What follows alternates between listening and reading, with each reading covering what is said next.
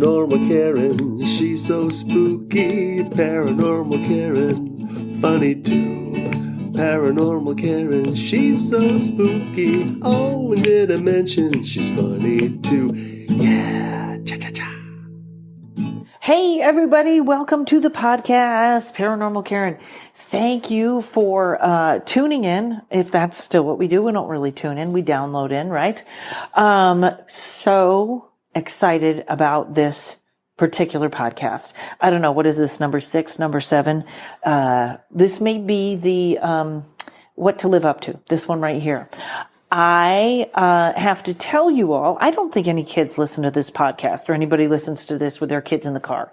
But if you do, this is the one to be careful on, because out of 5, I always say the rating is out of 5 spookies. This one gets 10 spookies. This is 10 spookies.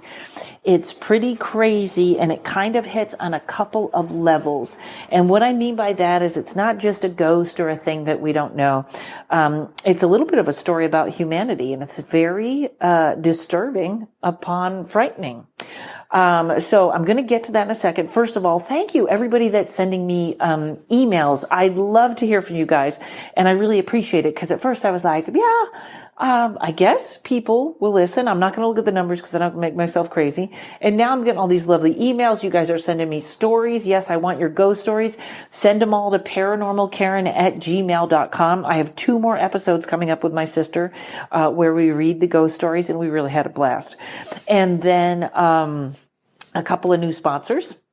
And also, if you could give me some stars, if you're enjoying it, 5 stars on iTunes, I'll do all this housework later. You guys just get ready to enjoy a great podcast. So this podcast today, whenever you're listening to it, tonight, and nighttime would be great. It is going to be 2 parts. This will be 1 part, and then I'm going to do an interview with someone else that you'll hear mentioned in the interview at a later time. I couldn't get everybody in at once.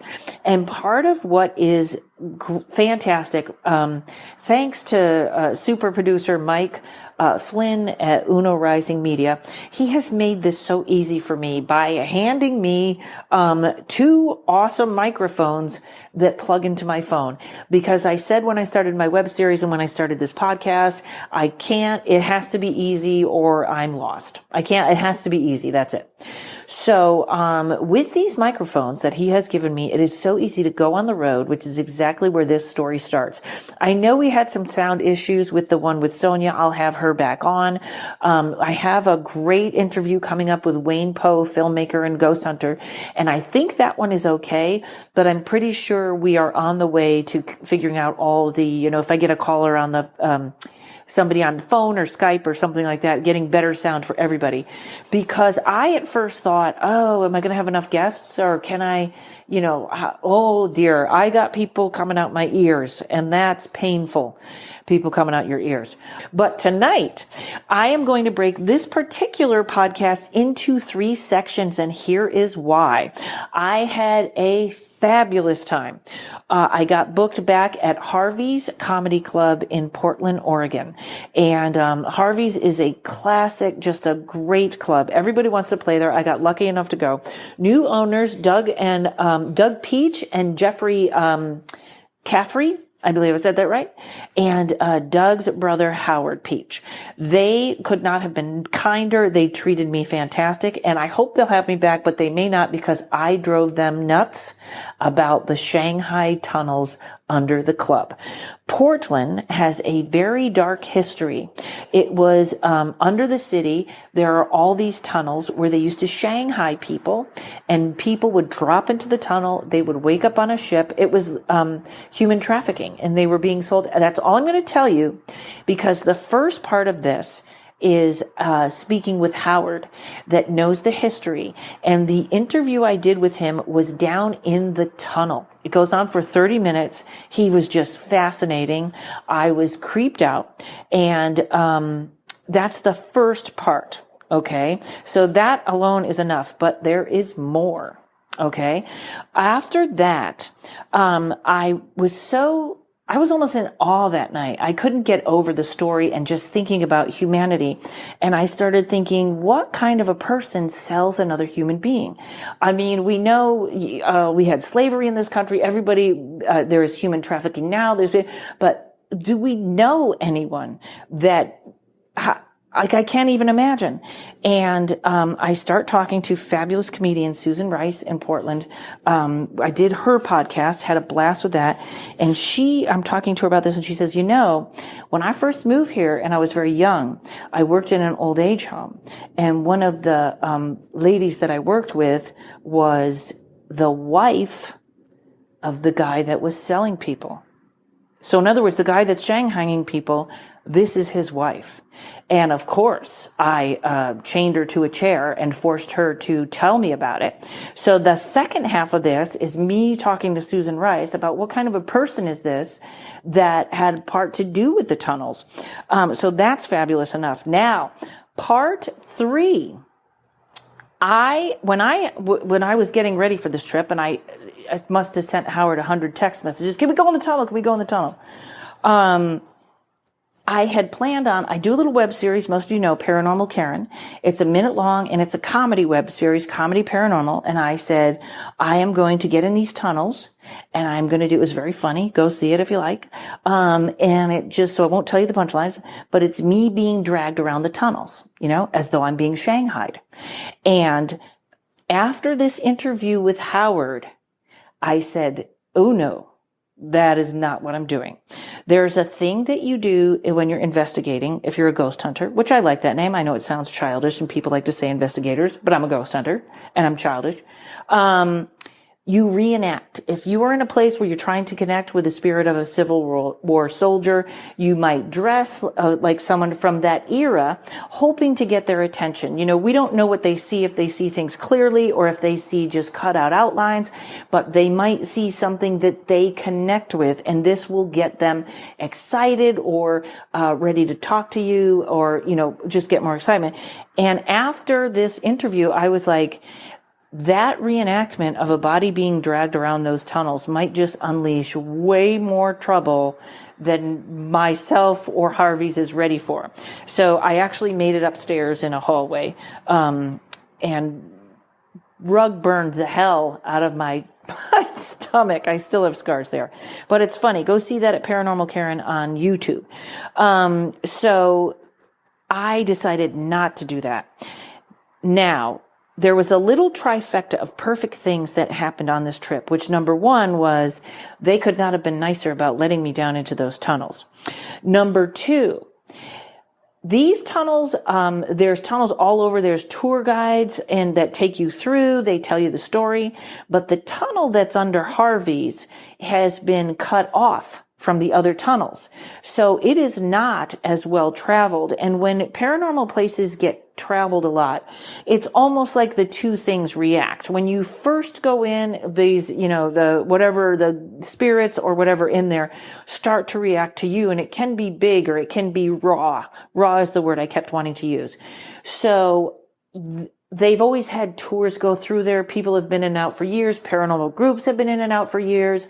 So it's a little bit of, sometimes I think the spirits even tune people out. Well, this part under Harvey's has not been well traveled. So the second part of my trifecta is it was very raw. And you'll hear Howard talk about how they do have a few paranormal groups that come down, and they just started that. As with these new owners, they're more interested in it. The other owner, Barry, he didn't have any of them in. He didn't want anything to do with it. But so it was fairly raw, not that traveled. And trifecta number 3 is they're renovating. Okay. When you're investigating a place, or when there's, that's why I'm dying to get into the Cecil Hotel here in Los Angeles, is renovating, all that banging noise, knocking down, building up. That is like a vibration that rings through, that often will wake up things that that were either asleep or unaware, and you get a lot of activity when you're renovating, and you'll hear they're building a museum down there. So this was really the perfect time to go in, which leads me to part 3. Okay. I wanted to go back down and do some investigating, regular setup with microphones and cameras and everything. And the weekend just went by so fast. We had sold out shows. It just went crazy. And I did not get to. So I asked Big Brain Dave, y'all know Dave Harvey, from the earlier podcast, smartest guy I know. I eventually said, Dave, my hearing is not that good. I had an idea. Could you go through this 30-minute interview with Howard and just see if we get any EVPs? Well, I was getting, if you know Dave, one thing you don't call Dave, he's not a drama queen. When Dave is excited about something, there is something to be excited about. And I was getting text messages from him. Holy crap, this is astounding. You have to call me. So part 3 is not going to be all the EVPs because I believe that he pulled out about 25 EVPs in a 30-minute interview. So that's almost an EVP minute. For those of you that are good with math, for those of you that are not, that's more than one EVP a minute, but ask someone else about it. And I'm going to play, I think, 3. The one that disturbed me the most, the one that is just yucky, and the one that Dave said in all his years of ghost hunting freaked him out. And there's a weird story with it. So, let's get started. Let's go to the interview with Howard Peach at Harvey's Comedy Club.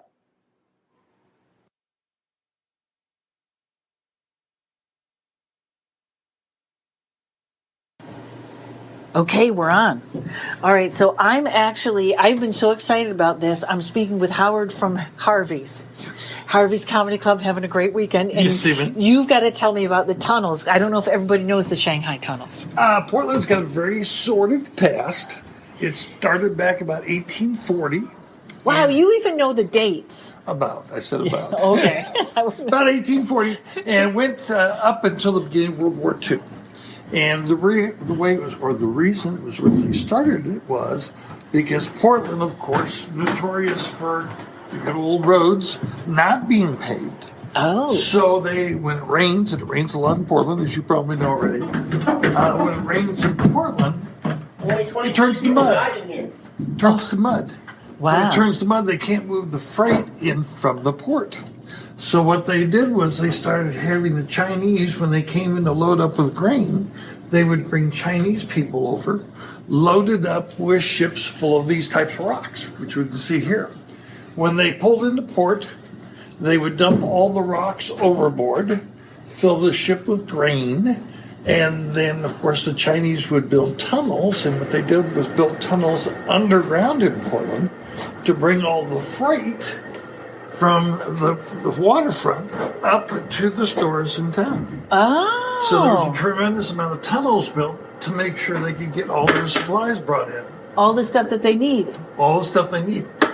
Of course, with having such a large tunnel network, and of course they were using it at night or all the time, they started using it for other purposes.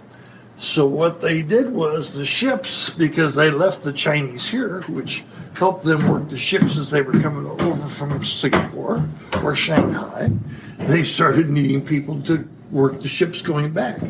So with there being a large encumbrance of people, and the north side, which is the north side of Portland, had such a sordid past because the prostitutes, the bordellos, the bars, the speakeasies, yep.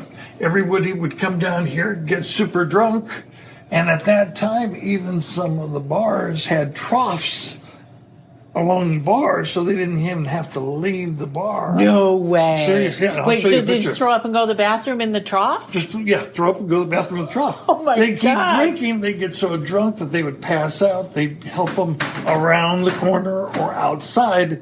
There'd be a trap door, they'd fall through the trap door, and they'd land in a bunch of mattresses, and the Shanghaiers would grab them, dope them up, keep them doped up until they could sell them to the sea captains. They went and sold them for anywhere from $14 to $50. Wow. They gave them enough drugs to keep them asleep until they got over in international waters. They had two choices. They could work the balance of their shift off or their crew, or swim. Wow. And nobody ever worked off there. Well, back in those days, the Pacific Ocean is very rough in the winter. Probably one of the roughest seas around. So a lot of times they would shed equipment, food, or whatever, and there was a lot of cannibalization that went on board ships. Weakest link, they needed food. End of story. Wow, I think it's even funny that they would give them hope. Like, you can work off your shift. Like, that's just mean. That's just insult on injury. It's funny because I do this haunted stuff all over, but the Shanghai stuff here really bothers me. Like, it's beyond human. You know what I mean? Yes, I do. We've had lots of things happen in our Shanghai tunnels. As I told you the other night, we have beer delivery drivers that come in every week. They used to come in one at a time, come downstairs with the kegs of beer, put them in the storage cooler, and leave. We had one guy, he went in the storage cooler, the door slammed behind him, light went off, he freaked out completely, came out, there was absolutely no lights, and we'll do the lights off sometime this weekend. But you can't find your way out. It's very, very difficult. Yeah, because even down in this cellar where you're just part of, it's pretty. You took me around in a circle here, and that's right. I didn't know the way we were going out. Now, with the how late did this go? You said the end of World War II. No, the beginning of World War II. Beginning of World War II. Yeah, because then all the men that were around went into the service or went into building aircraft or ships or whatever else. Now, so they didn't come down to get drunk like they used to do, and there was a lot more activity. See, and when these are haunted, now a lot of people didn't hit the mattress, did they? They came down and died in the tunnels? A lot of them died in the tunnels because what they did as soon as they got there, and the other tour that's local here, the guy by the name of Michael Jones did a lot of research, and the majority of people, when they were Shanghai, they took their shoes from them. All the escape routes were filled with broken glass from the bars. So that's why the shoes were taken, so they could not escape. So very, very few ever escaped. It was kept very underground, naturally. But the police wouldn't bother them. They found in 1940-something, I can't remember the year, they found a telephone line directly from the police commissioner's office to the Shanghai Tunnels to tip them off if they ever would be raided. But it didn't get real bad as far as public knowledge or awareness. There were so many tunnels, they had factions, two groups of Tongs, which were Chinese families. The Tongs would war against each other. One of the Tong families was into slavery, white slavery. The other one was into opium dens. Other things that went on were blood sport, fight to the death. Wow. In fact, there was a world champion fighter from Portland in 1914 approximately that actually was known for biting people's ears off. So like the Mike Tyson thing. Right. But it's old news. Tyson did it, right? But they would go downstairs in basements like this, set up a ring, or they'd all gather around. They'd fight to the death. They'd gamble on it. And after the gambling, they'd have the prostitution or opium dens or whatever. And they had little cities that actually lived and survived. Wow, that's like my neighborhood in Van Nuys. The same. Little opium, little cockfighting. What happened, everything was kept underground. They had a major war at one time that broke out actually going up on top of the streets, and that's when the police got caught.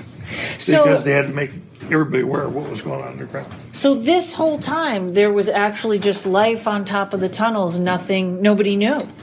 They knew, but didn't want to know. The reason for it, there was a lot of laundromats in this area. And, of course, all the Chinese did the washing of the clothes underground. So it'd be a storefront. You might go downstairs in the basement and find all kinds of, not washers, but the old pots and trunks and stuff like that they would wash out of. Wash bins, the old wash bins. Wow, that's still amazing. And again, all these things were found actually in our tunnel. Yeah, and that's interesting because you're showing there's a Bible and there was a. We actually had a hotel registry dating back to 1922, and a lot of the other mediums, when we had it, we would open this up and let them feel it. And they said a lot of these people never, ever came back. See, so these might have been tourists or people that just came through the town. Without question, yes. Wow. Yeah, they would stay at either one of the hotels, with Hoyt Hotel, which is where a lot of the Hoyt dining room is named after. When we go up, I'll show you the picture of the bar, and you can actually see the grates along the floor. Where the troughs were? Where they could have been. Oh. You know, it was redone to show that. And then over here you have the bottles, and those are probably little opium bottles, Yeah, right? the little ones are definitely drug bottles.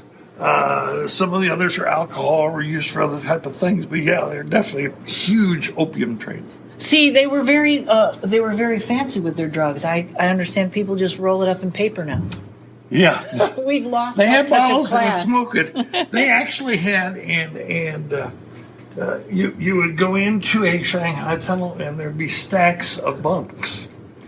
And the lower the bunk, the more expensive. The higher the bunk, the cheaper. The reason for it, if they got so high, they'd fall and kill themselves or break their neck.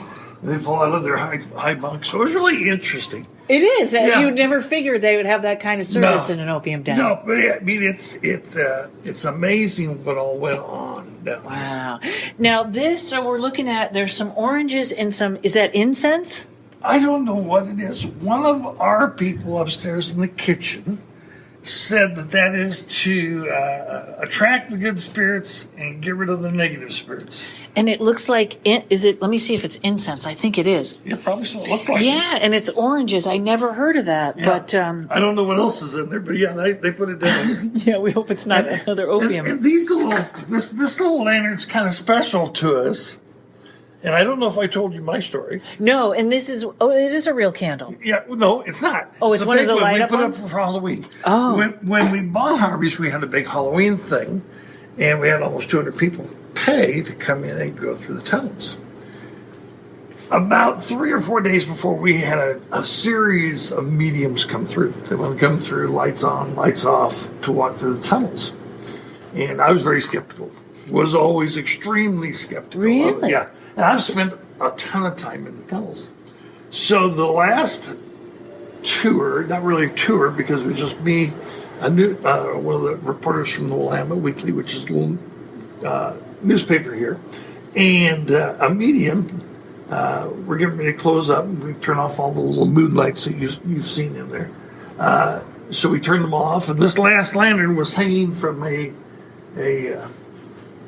can take it, show you if you want. Yeah. It was hanging from a pipe, just for mood, for excitement, to make it look good. And again, like I said, I had never, ever had, I apologize for I forgot I had a little experience. Ah. And I was very down, because I've been down in these tunnels a lot more than anybody else. Now, just so people know, because we're in the tunnel now, Yes. It is really cold. Yes. And it is about what every horror movie looks like. Like, this is like when they throw somebody in a den or a cell, this is exactly what it looks like. Right. And what they would do, going back to what you just said, and we'll go over here to this corner, I'll show you the time. When they would drop through a trapdoor, it would be a very small room. So it would be all encased and closed with bars. They had mattresses down because they didn't want to hurt the person. Right. Because they wanted got to to keep them in shape, yeah. So they would put between 5 and 12 people in a very, very small area like this. Now, the reason I point this out is, do you notice this rock is different than all the other rocks? Yeah. This rock is square. These are all made a different way. Most likely, this was a cell, and there were bars there, and they were placed there. Oh, that's why you have some things that look like windows in here. Yeah. Yeah, we actually have actual window-looking things. But they would actually have cells.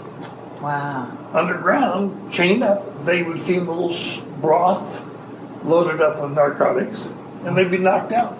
And that's when they'd take them to cells. Did you ever hear of a story where there was mutiny on the ship, where the slaves or the people getting ready to be sold took over? Never heard that. Never heard anything like that. You never hear once they're gone. Yeah. Well, because they have two choices if they're out there. Right. Basically they're slaves. They have to stay there. And the way a lot of the ships did it is when they woke up, they said, well, you bought all this equipment, you got to pay for it. Wow. And nobody ever had a story of anyone returning from this? Never I've heard of a story of anybody returning. Because they were out far enough that if they tried to swim, they're toast. And the otherwise Pacific is very cold. Right. Very, very cold. But they would probably have gone to China and died or Could wherever. have been, yeah. Wow. Yeah, it's crazy. All the stuff that has been done down these tunnels is very sordid. I mean, it's very dark. Most of the mediums that came down here said very, very dark in areas of these tunnels. But going back to my story, just a quick scenario. So we decided to turn the lights off as we're going out. The whole place is dark, even the other area we came through. And the one girl said, let's take a weird picture. I said, okay, well, I still got this lantern, which was hanging from this pipe all the way back here. Right, in this dark hallway. Yeah. And That goes nowhere. And what and you can go in there if you want. It gets very cold as you go back this way for some reason. But it was hanging here, but as I was trying to turn it off, it slipped out of my hand and broke. That's why the broken glass. Put the back up here, made sure it was straight, and we walked outside, straight out. And she said, well, before we leave, let's take a picture. Just don't hit your head on that. So she went to take the picture. We're all cuddled around her phone. It's dark. She's got this little camera. She went to hit the picture, and the lights in this tunnel actually came on.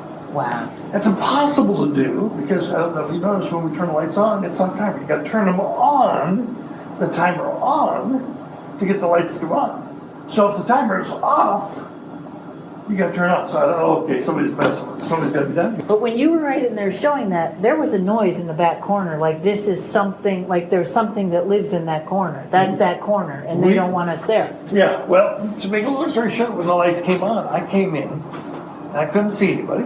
Because there's only one way to turn the lights on. That's that switch that we turn on before you come in the tunnel. So I looked around and walked back out and grabbed them, and we all came back in. And that lantern that we set stationary was swaying from side to side dramatically. I said, okay, it's time to get out of here. We're done. Okay. And just another thing, whenever you're talking about these tunnels, don't make any long story short. I couldn't enjoy this more. This is fascinating. 3 weeks later, Doug, which you remember, brother, he banks a Bank of America. Well, some of the people at the bank went through. They were going through the same time. They wanted lights on. No lights on. No.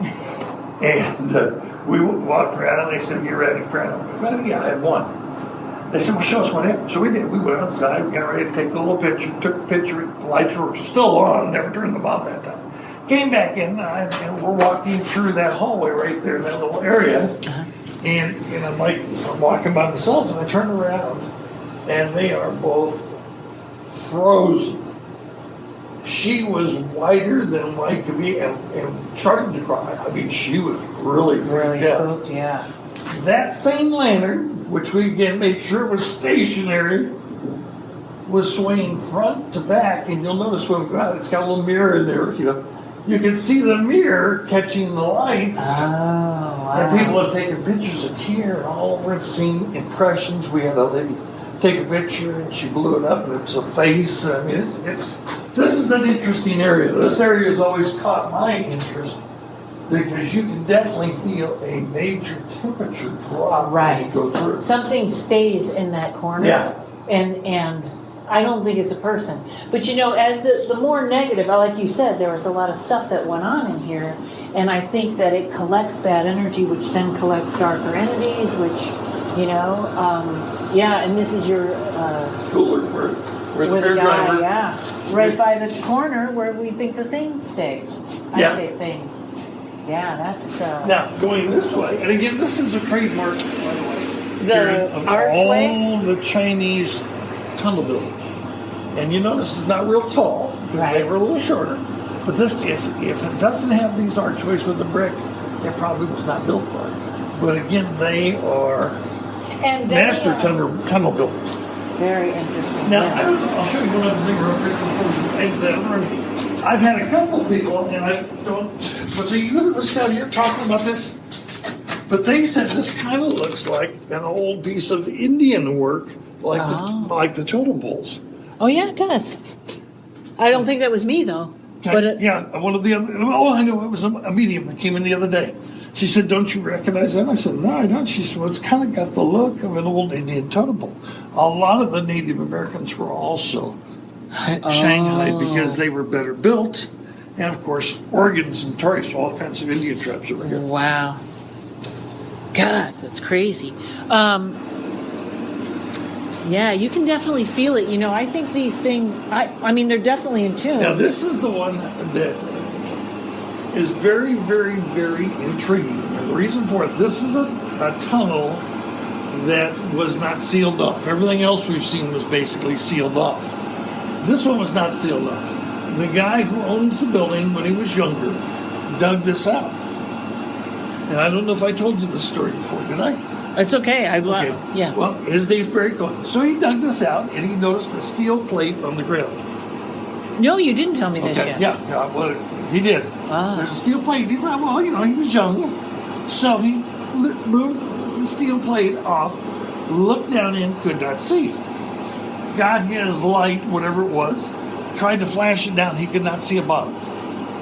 All of a sudden, he got hit with a gust of cold air. He said it went right through him. Scared his light stopped working, and he ran. And he's not into this stuff. No, he doesn't believe it either. He dug this whole thing out. Wow. He left, wouldn't come back for 3 months. The first thing he did when he came back is he covered the plate and put the dirt back in because he didn't want anybody to ever go down there. Some of the historians and some of the mediums say you do not want to dig that out because there is probably other layers. The Shanghai Tunnels has never been proven, but they believe there could be 2 or 3 floors under this. Wow. So, because there were actual cities. I mean, Seattle, Pendleton, other places have total complete undergrounds. It's getting cold right here. And this is interesting. What is this gate? You guys put this up, right? The owner did, just to protect, because the people in the building have their records. Oh, that's right. Okay. It's so funny because with the tunnels and the way it looks and how it's laid out, and now we got half brick, we got half stone. Yep. You never know what is. No. I would have never seen that totem pole in there. That's interesting. I wonder. And you can see again, and there are numerous ones in the corners only. Now, how do you think that would?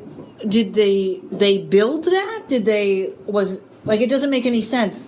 Well, the way it's coming out. It depends on if the people they kidnapped were going to be sold, or they were kept for blood sport, or whether they were just coming down for opium dens.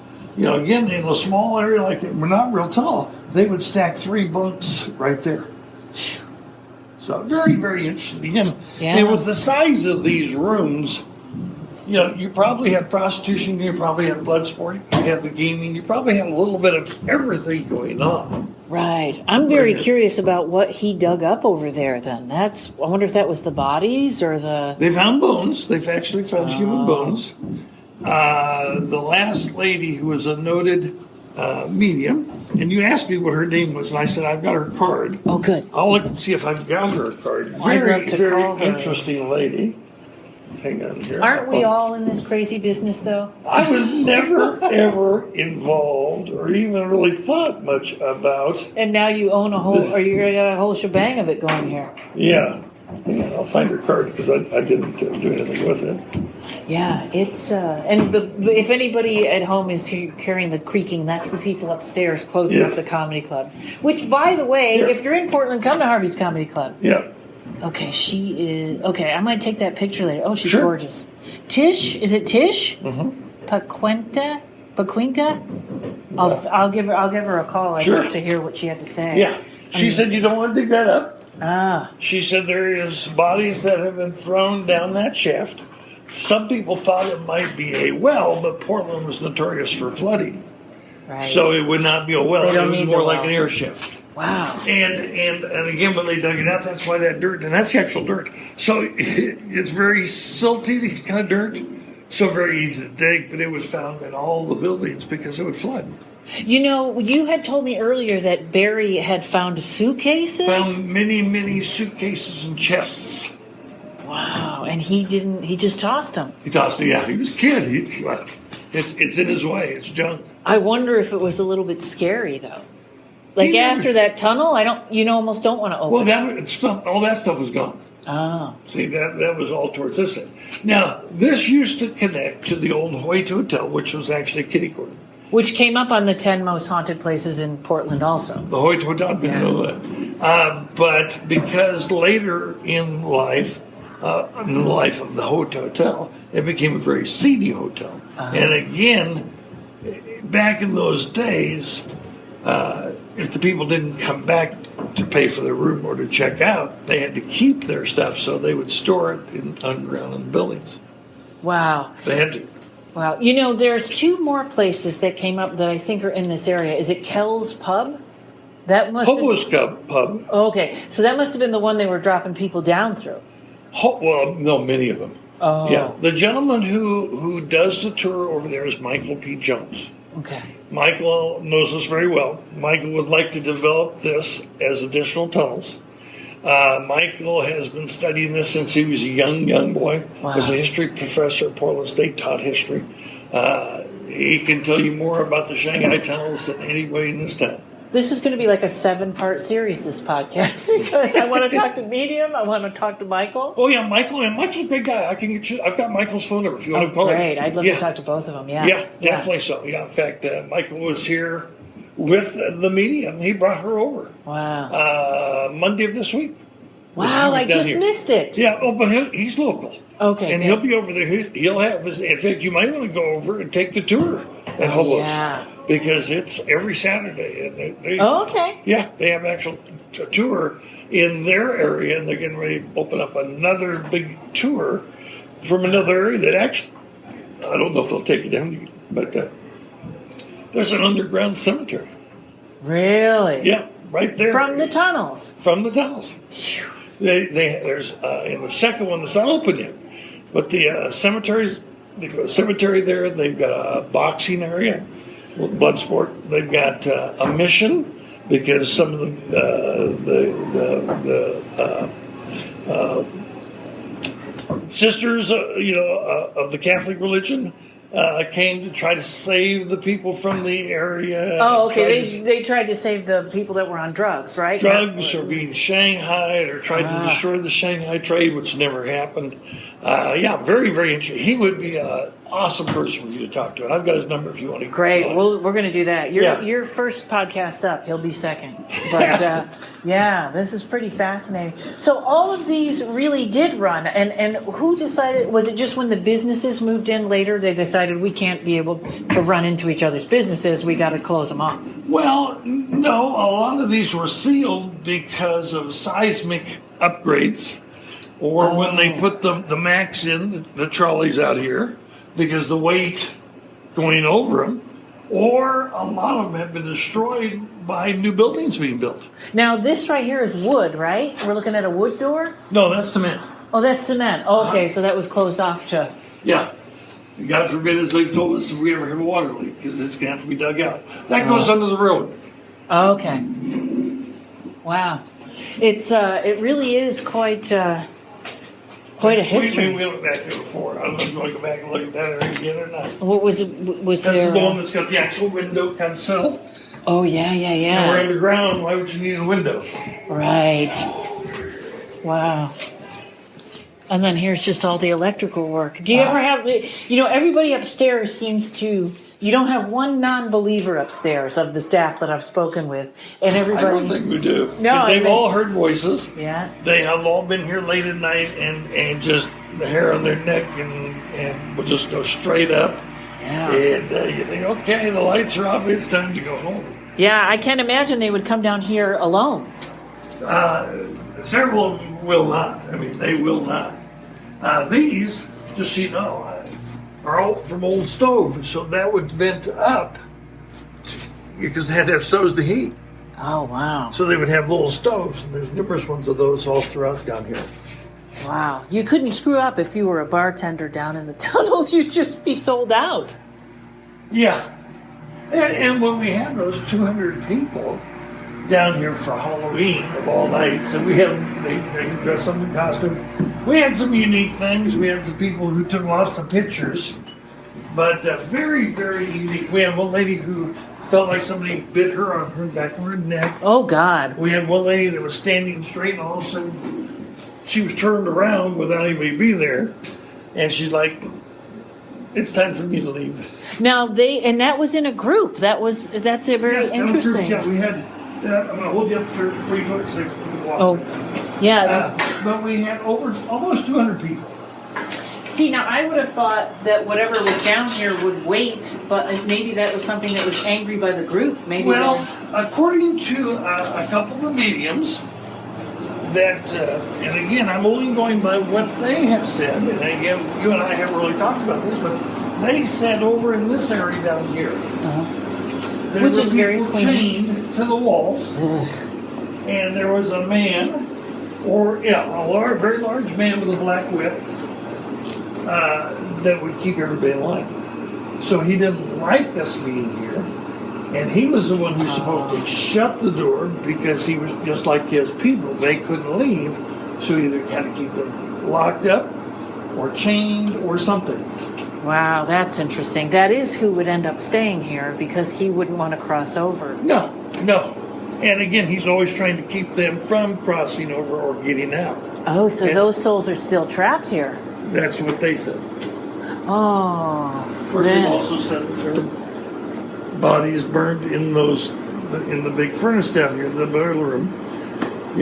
Because if they died, they have nowhere to take them. Wow. So again, very interesting stories from all the different mediums. And we probably had 20 different mediums come down. And the thought someday with that one that is not is to do something like Geraldo did with the Al Capone safe. And dig that up. And dig it up and do it all via live TV. And then let somebody go down in there and see what is down in there.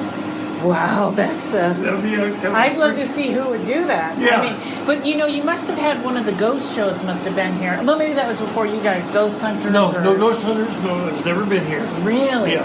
The only one's been here is Portland Paranormal Society, and all they did was a couple shows. Wow. But would love to go and dig that. Similar people wanted to spend the night down here, sleep down here. Well, it's a very funny thing, and a lot of people don't realize you have to be careful that something doesn't follow you home. Sure. And I would think everything that was here would want to stay here, but I think if you dug that up, some people might be calling you about trouble later. Not you, but you know what I mean? They might have something, wow. Well, that was... See, this is another one of those stovepipes. Remember as I was talking about that? Oh, yeah. You can see where we go up. Wow. Well, this was fantastic, and we're going to maybe continue this Sunday and do some EVP work or something, but man, that was amazing. And again... Remember we were talking about light? This is the only one.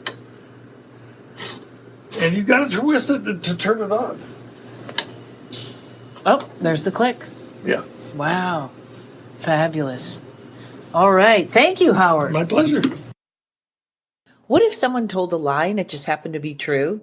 And what if it happened in 1692? In 17th century Salem, a disreputable young man breaks his engagement by accusing his fiancée of witchcraft. Little does he know, she's an actual witch. Salem Burning is a fast-paced, brand-new take on the Salem witch trials, and this time, the women win. Salem Burning, a new novel by Daniel Sugar, is available exclusively on Amazon. Pick up your copy today. So, I'm here with Susan Rice, and I'm very excited because... Because more tunnel stuff. Susan, you live here in Portland, and we just happen to be talking on your podcast, which please plug your podcast. Oh, Stop Me If I've Heard This. Stop Me If I've Heard This, then with for our my crew. podcast, you'll get one or two of my listeners, which I is hope the top so. number. Well, we're up to 5, Karen. So just calm down. I know we are way ahead of you. All right. Well, it's a fabulous podcast. I just had a blast. So look up that. Thank you so much for having. Oh God! And so while we're talking about the tunnels, I was talking about how can people do this? How inhumane? And you said. Back in the day, you worked. Tell me your story. Oh, I was only 20. I was in my 20s, and I came to Portland and needed a job and got actually it was not in the tunnels. That's not where we're going. I was not in the tunnels. No one ever invited me into the tunnels. You weren't Shanghaiing when you first really needed a job. And, I know, really. But hey, sailor. So, yeah, the Rose Festival's in town. Actually, I worked at a place called Guard Nursing Home, and it was a very small, elite nursing home for Portland's grands, all the people that were Portland's pioneers. Right. And there was Pittock Ledbetter lived there, and from the Pittock Mansion. And there was all these people, the Myron Franks, Mrs. Frank lived there. And there was Countess Sanofsky. Countess Sanofsky. And she was married to, and I'm trying Was she a real countess, or did she just put that? Can I do that? Can I be Countess Rontowski? I think so. Oh. I think he had been... Like $50. I think he had been his family had been royalty in Russia. Oh, okay. And what does that mean in Russia? They had extra peanuts, and he had gotten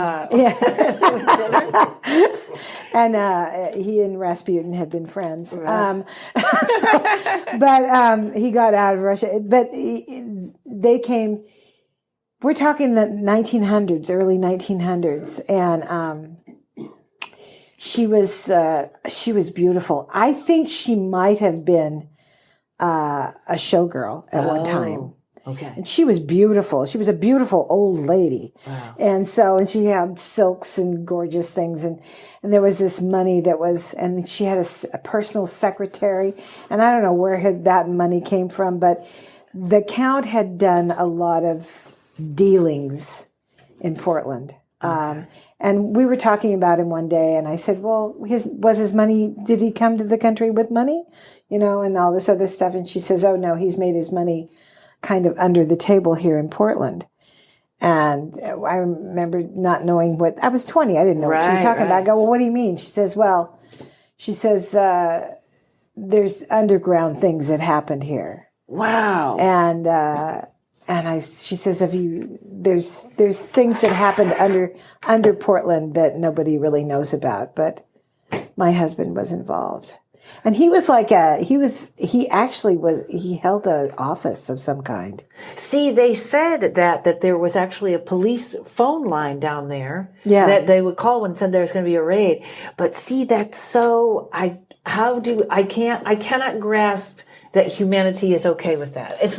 And I had no idea that, I knew that there was a lot of Chinese workers that were disappeared from the ships and stuff that would come in. Well, this just has to either be pure racism or pure, it had to be. To be like, but we're just selling the townsfolk. That's not us. Like, it's terrible. I mean, oh my God. And the women and Barry's, the Harveys, that corner, the Colons own that block. And they also used to own, the Barbary Coast, which was very tight to the tunnels. And the Barbary Coast sat across the street from the train station. And it was this big hotel with the big Barbary Coast, show. They had a floor show. And it was a bar and a restaurant. And that was the one they had the troughs in, right? Right. Just get everybody so hammered and... Right. And that was very tied to that whole thing. And it was before Barry's... his mother ran the bar there. I mean, the bar in Harvey's in the restaurant is from the Barbary Coast. Wow. From that. And so the Colons there was a connection there. Over the years that not that they were traffickers, but that Barbary Coast that was where it was one of the places that. Well, they said when he dug up the tunnels, there was all kinds of suitcases, and he just got rid of them, which is just, yeah. How do you get rid of them? I don't know. Well, you know what? Actually, we should, maybe this doesn't go over the air, but maybe if his family was involved, it would feel like, I don't think they were, but if you go back far enough, who knows what we all were involved with, right? Yeah, his mother wasn't old enough. Okay, But the Barbary Coast had been there since the early 20s or teens. It had been built there after the train station. It was where people stayed. Right, and he said those were they said those were the suitcases when people didn't return to the hotel. But I can't, How, I don't know. I'll never, but you know what? Then again, we had slavery here. So how do we, you know what I mean? Who does that? People walk by an accident. It's like, I don't know what that is about humanity but so you guys said, no, I didn't hear this, that the Oregon or Portland Historical Society says there's no tunnels. They denied. Oh, I'm not Mike, but Yeah. Here, let me. No, they denied it. They didn't. The American or the Oregon Society Historical. Shanghai is taking place. Oh, they say there's tunnels, but they said there was no Shanghai. Oh my God. Oh, that's crazy because it was happening in this. There was sailors and stuff that would come in. We have the big Rose Festival, and there would be sailors that would disappear in the 50s. Wow. I mean, and it's crazy. I think they've been used for a lot of different things, those tunnels. And there's places that are now, you can't get back into them, but there's areas over in Old Town that you get into the tunnels. See, and I think that's why I can't wait to get over and talk to Mike, because there's a cemetery in one, and there's something where they seem like they think there's a tunnel under the tunnel. Which is no doubt.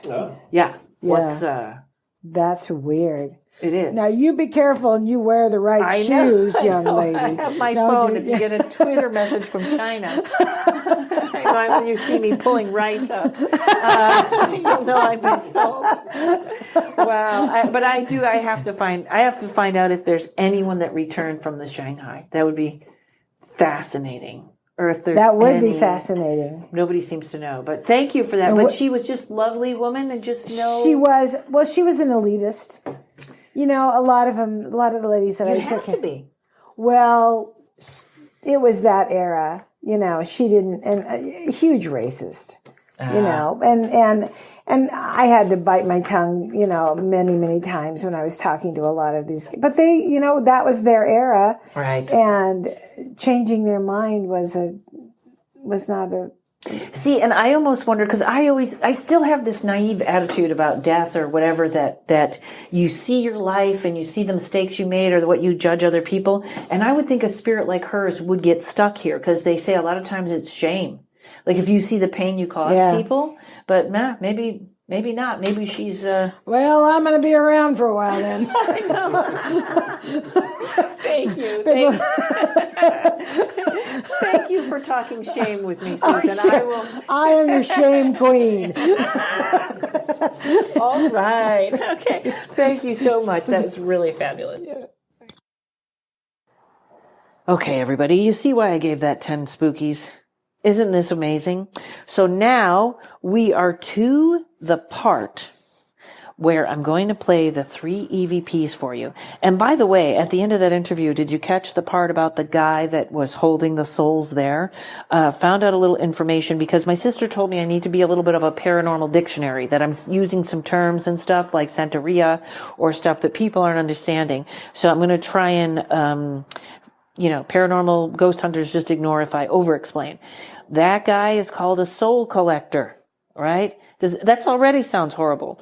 The guy that is holding those souls chained to the wall or holding the people there is a soul collector. And I'm going to find out more about it. In fact, I'm going to see if I can find somebody that knows more to do an episode on it. But I was told there are people that are your souls that are either trying to get their badges to become demons or something like that, or something horrible. Okay. Because I didn't think I scared you enough. Now I've got to give you more nightmares. So this first EVP that I'm going to play for you, and I hope the sound comes out right. I know sometimes on TV, people are like, what's that? And it doesn't sound as good, but you have to remember when we do these things, we're working through several different sound things. So in other words, I have the interview taped. I send it to Dave. Dave hears it on his computer. He sends it back to me. I hear it on my computer. Now it's going through iTunes. Now it's getting to you. But these are really clear, so I don't think it's going to be a problem. And hopefully I won't screw up. Like I said, we're talking to, I apologize again about the sound issues on Sonia's. Hopefully we're getting it all together. And I am going to play for you, give you a chance here. I'm going to play the EVP kind of raw, and then I'm going to play it for you 3 more times. Okay. So if you go to turn up your car radio or whatever you're listening to, I'm going to give it to you once, then 1, 2, 3. Okay? Because you might even want to turn it up a little in case you're adjusting the sound. You don't want to be listening to it and then all of a sudden I come back in and I'm screaming in your ear. Okay? So this one disturbed me, I think the most. The second one should have, but this one did. And this is someone yelling, "Help me," which a lot of times you get that EVP when you're ghost hunting, but this one to me sounded very different. And I can't tell if it's a male or a female because the voice is cracking so much as though it has been screaming forever. You will hear Howard say a very sordid past, and then in the background you hear the voice yell, "Help me." Portland's got a very sordid past. It started back about 1840.